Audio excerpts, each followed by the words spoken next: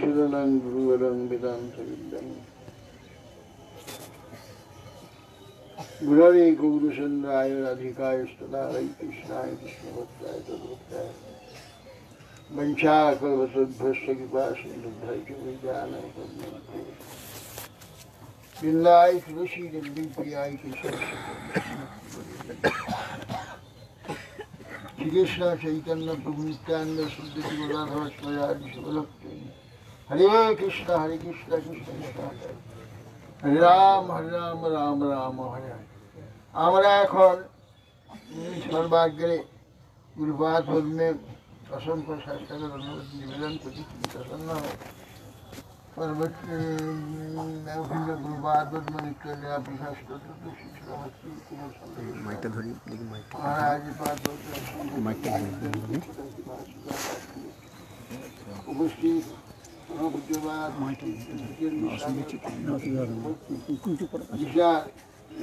महाराज परम पूज्यपाद नारायण महाराज महाराज अन्यान्य समस्त श्रीनिवासगण भक्तगण वैष्णवगण मातृवृंद सकले प्रसन्न हन।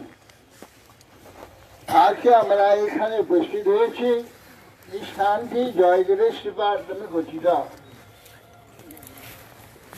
অনেকে বলে থাকেন যে লক্ষণ সেনের সভা কবি ছিলেন, কিন্তু তার তিনি ছিলেন না। কিন্তু একটা কথা একটা চলে আসবে, আগে নবদ্বীপ ছিল বল্লাল সেনের রাজধানী। এই সময় এরা সেই ওই গঙ্গার উপাসে ওরা দ্বীপকে ওরা নবদ্বীপ বলেছে। এখন এই বাস্তবে নবদ্বীপ এইটা, মায়াপুর এইটা হচ্ছে নবদ্বীপ। পরবর্তীকালে যখন এই গঙ্গা এই পাইলে বহুদূর চলে গিয়েছিল ভাঙতে ভাঙতে, এই বল্লাল দিঘি এই উত্তর পাশটা গোটা ভেঙে নিয়েছে। এখনো বল্লাল দিঘি চিহ্ন রয়েছে, চৈতন্য মঠ থেকে আরম্ভ করে উপাসটা মুরারিগুপ্ত শিপার পর্যন্ত এখন পাহাড়গুলো রয়েছে, ওটা পাহাড় সব। আর এই মৌজার নাম হচ্ছে বল্লাল দিঘি মৌজা। আর এই বল্লাল দিঘি বল্লাল সেনের হচ্ছে একটা ভাঙাচোরা একটা বল্লাল ঢিপি আছে। আর এইখানে বল্লাল সেনের রাজধানী ছিল, সেটা আমাদের ইতিহাসে আছে, নবদ্বীপ বল্লাল সেনের শোনা যাচ্ছে। বল্লাল সেনের রাজধানী, এটা ভালো জিনিস না, শোনা যাচ্ছে শোনা যাচ্ছে। বল্লাল সেনের রাজধানী হচ্ছে নবদ্বীপ। বল্লাল সেনের পুত্র ছিলেন লক্ষণ সেন।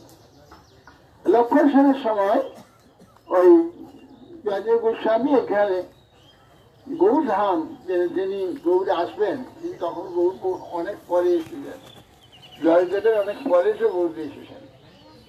তথাপি রাধা মাধবী কৃপায় তার হৃদয়েতে এই নিত্যধাম গৌরধাম তার হৃদয়ে প্রকাশ হয়েছেন। তিনি এইখানে আকৃষ্ট হয়ে এখানে এসে বসবাস করেছেন এবং এইখানে গীত গোবিন্দ লিখেছিলেন।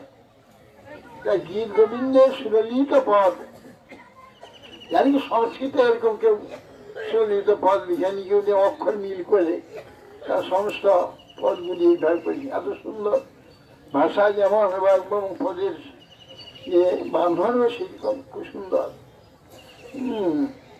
তো এই কৃষ্ণ রাধা গোবিন্দ সম্বন্ধে তিনি ওই গীত গোবিন্দ লিখেছিলেন। তাদের ওই প্রলয় ভিজলে প্রথমে ওইসব আছে। শুনে লক্ষণ সেনের যে ইচ্ছা হয়েছে মহাপুরুষিনী ওর দর্শন একবার করবো। দর্শন করতে এসেছিলেন,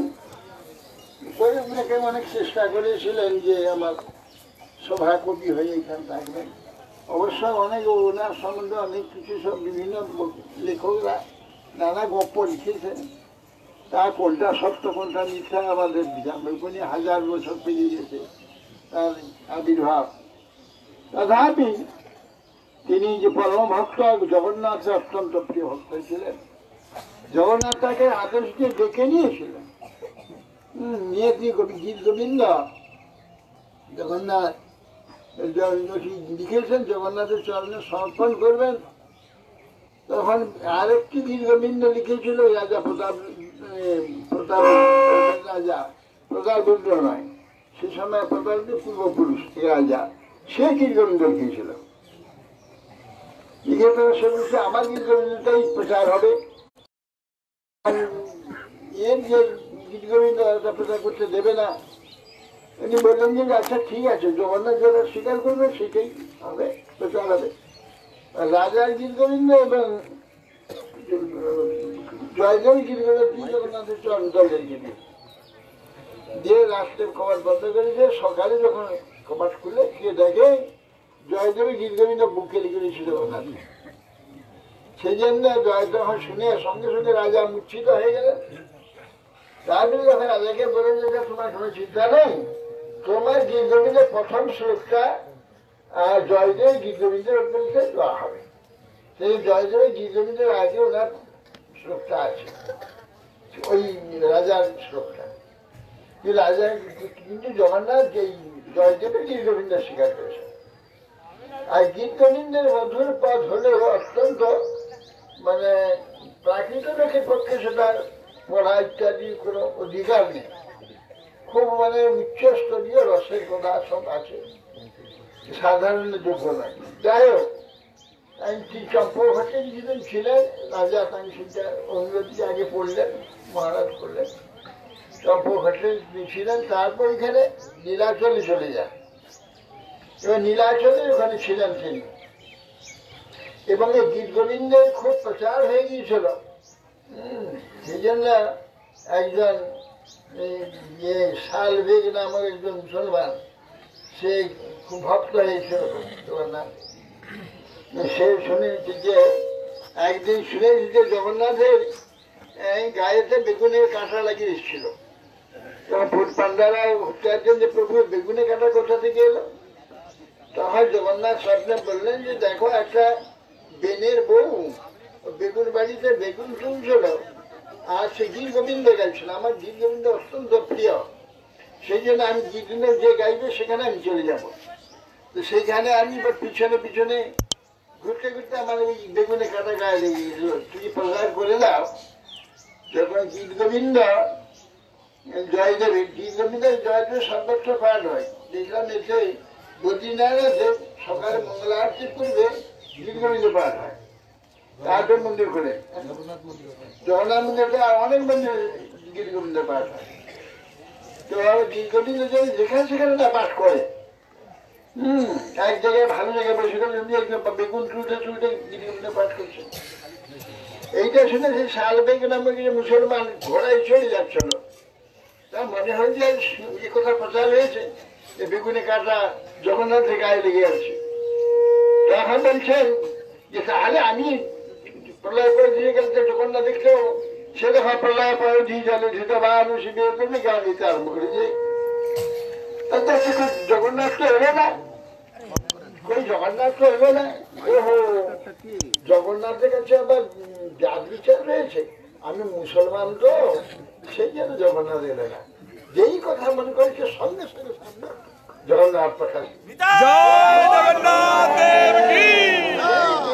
সঙ্গে সঙ্গে ঘোড়া উপরে নিশ্চিতে নিচে পড়ে। সেই জগন্নাথের এই গীত গোবিন্দ সকলেরই প্রিয় গীত গোবিন্দ, তথাপি এটা খুব উচ্চস্তরীয় গীত গোবিন্দ। এইভাবে তার কিছু কবিত্ব, বিশেষ কবিত্বের জন্য তার নাম কবি জয়দেব। আচ্ছা, আমি এই পর্যন্ত, এরপরে মহারাজ বিশ্লেষণ করে আরো ভালো করে বলবেন। এমনকি এখন